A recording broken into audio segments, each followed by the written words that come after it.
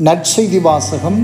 புனித லூக்கா எழுதிய தூய நற்செய்தி, அதிகாரம் 6, இறைவார்த்தைகள் 39 தொடக்கம் 42. அக்காலத்தில் இயேசு அவர்களுக்கு உவமையாக கூறியது: பார்வையற்ற ஒருவர் பார்வையற்ற வேறொருவருக்கு வழிகாட்ட இயலுமா?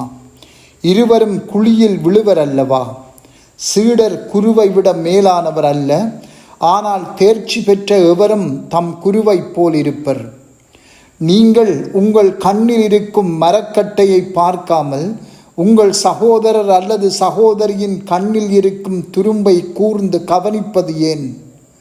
உங்கள் கண்ணில் இருக்கும் மரக்கட்டையையே நீங்கள் பார்க்காமல் இருந்து கொண்டு உங்கள் சகோதரர் அல்லது சகோதரியிடம் கண்ணில் இருக்கும் துரும்பை எடுக்கட்டுமா என்று எப்படி கேட்க முடியும்? வெளிவேடக்காரரே, முதலில் உங்கள் கண்ணில் இருக்கும் மரக்கட்டையை எடுத்து எறியுங்கள். அதன்பின் உங்கள் சகோதரர் அல்லது சகோதரியின் கண்ணில் இருக்கும் துரும்பை எடுக்க உங்களுக்கு தெளிவாய் கண் தெரியும். சிந்தனை.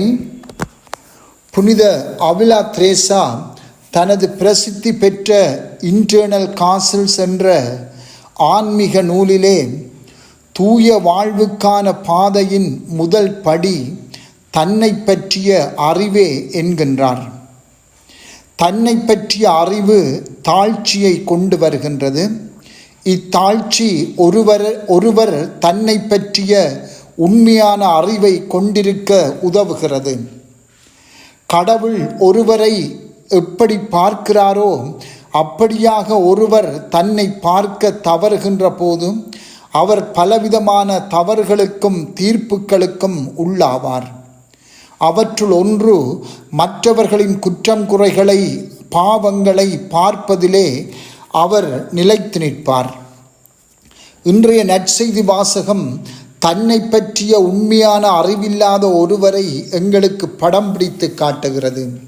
எவ்வாறென்றால், தன்னுடைய கண்ணிலே உள்ள மரக்கட்டையை பார்க்காமல் தன் சகோதரருடைய கண்ணில் உள்ள துரும்பை பார்க்க முயல்கிறார். அதாவது, தன்னுடைய பெரிய பாவங்களை அவர் கண்டுகொள்ளாமல் தன் சகோதரரின் கண்ணில் உள்ள சிறிய சிறிய பாவங்களை பார்க்கின்றார். இதன் பயனாக இயேசு கூறுகின்றார், அந்த மனிதன் தன் சகோதரரின் குற்றம் குறைகளை பார்ப்பதிலேயே உறுதியாய் நிலைத்து நிற்கிறார். எங்களுடைய அன்றாட சிந்தனைகளை சீர்தூக்கி பார்க்கின்ற போது நாங்கள் எந்த விடயத்தில் கூடுதலாக தரித்து நிற்கின்றோம்? நாங்கள் நேர்மையாகவே எங்கள் உள்ளத்தை நோக்குகின்றோமா? கடவுள் எங்களை பார்ப்பது போல நாமும் எங்களை பார்க்கிறோமா?